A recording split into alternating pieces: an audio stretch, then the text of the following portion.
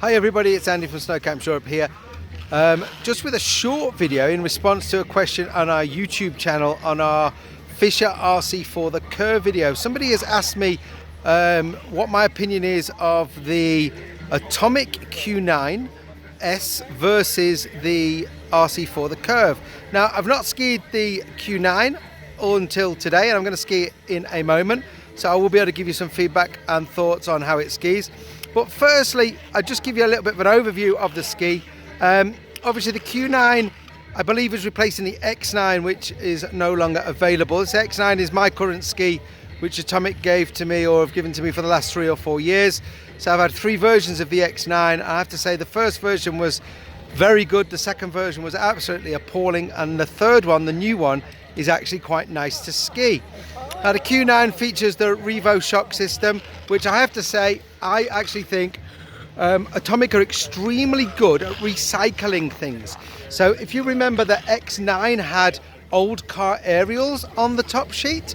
It was like a carbon rod. This was to stop vibration and to help with dampening.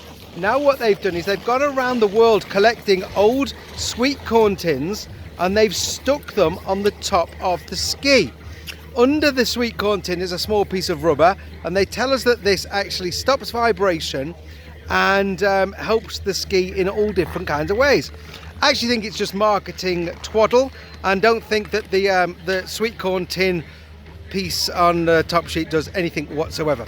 But please, Atomic, prove me wrong. As I say, I do like my X9s. They are skiing very well, and I'm going to see how the Q9s fare. So for those of you who don't know, the Q9 is an on-piste ski. They say it's for any snow condition. It excels on the groomed and long turns, will also allow you to ski the bumps and cruddy snow without a problem. It's aimed at a very strong expert skier, 76mm underfoot with a radius of 14.2, so a little bit less than the X9 in a similar length. The X9 would be 15 point something meter radius. The shovel and the tail are wider than the old X9, therefore probably meaning the tip will engage better in the snow, meaning it is slightly more versatile. Feeling it without putting on my feet, it does feel a little bit softer, which would make it a little bit easier to ski. But I will go for a ski on it, and I will let you know how this fares with the RC4 The Curv from Fischer.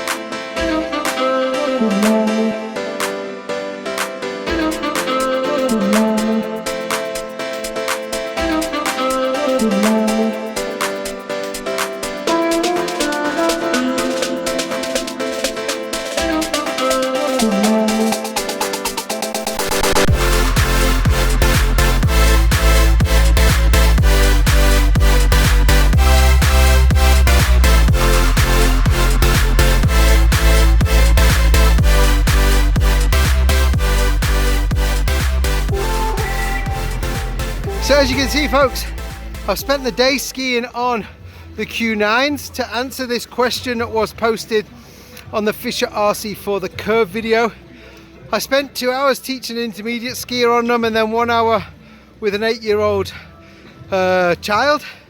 So they've been put through their paces in a ski school scenario. As you can see, I also had a couple of runs where I carved on the piste and then did some of my regular kind of short turns. Just to go back to the beginning where I actually said about the sweet corn tins, obviously I am just poking a little bit of fun at the Revo shock system. On the Fischer ski, this is very, very different. You can actually see it's a risen plate. There are springs under the Revo shock on the Fischer skis, but I do still believe this is purely for marketing, so you feel that you're getting a similar system to that World Cup ski. I don't personally think it does a great deal to the ski's performance, but again, Atomic, please prove me wrong. So what I would say is this is a nice ski. It's a very nice ski on the piste, very easy to carve. That wide tip gets the tip initiated and it grips very early in the turn. carving is a pleasure. They are very easy. I would say they're a confidence building ski. For my short turns, a little bit too short in the length at a 176, and the radius being a 14.2. I'd rather have a longer radius personally. But if you just want to carve around and really get over on the edges, then this is great. We also did a run in the off-piste in some very soft, bumpy snow, and they excelled in that. They were fantastic. So as a piste performance ski, this is a good ski, okay? Whether or not I think this is sweet corn tin, this is a good ski. Is it comparable to the RC4 The Curv, which was the original question? It's not. It's a different ski, okay? It's wider underfoot. It's slightly softer than the Curv. It's also not as aggressive. It's not as hard to ski. This is a much easier ski to ski. The Curv is based on a race ski, so it takes more effort. It takes a lot more work to get that ski to give back, let's say, where this gives back endlessly. It's really easy to ski. It's really enjoyable, and I did have a great time carving down that red run there. But to answer the original question, which would I choose over the RC4 The Curv and the Q9?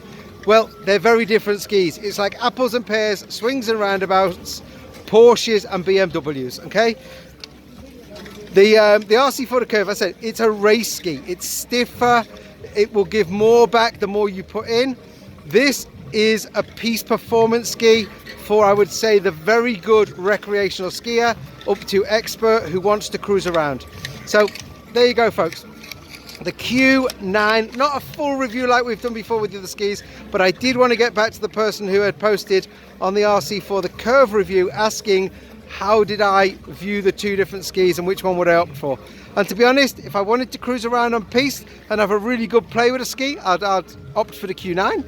And if I wanted to have a real high performance ski, then I would go for the RC4 The Curv. So it's Andy for Camps Europe saying, great ski, whether or not that's a sweet corn tin on top. Fantastic ski.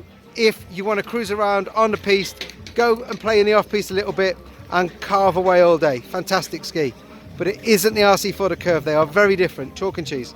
Bye for now, everybody.